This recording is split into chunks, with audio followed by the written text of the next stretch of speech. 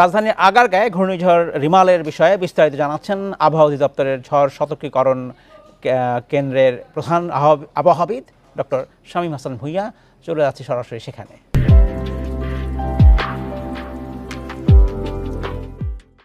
নম্বর 14, তারিখ হচ্ছে 26/5/2024।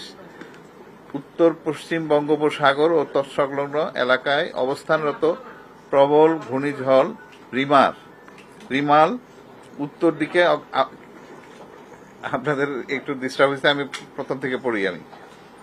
উত্তর পশ্চিম বঙ্গোপসাগর ও তৎসংলগ্ন এলাকায় অবস্থানরত প্রবল ঘূর্ণিঝড় রিমাল উত্তর দিকে অগ্রসর হয়ে একই এলাকায় 21.2 ডিগ্রি উত্তর অক্ষাংশ এবং 89.2 ডিগ্রি পূর্ব দ্রাঘিমাংশ অবস্থান করছে। এটি আজ 26 মে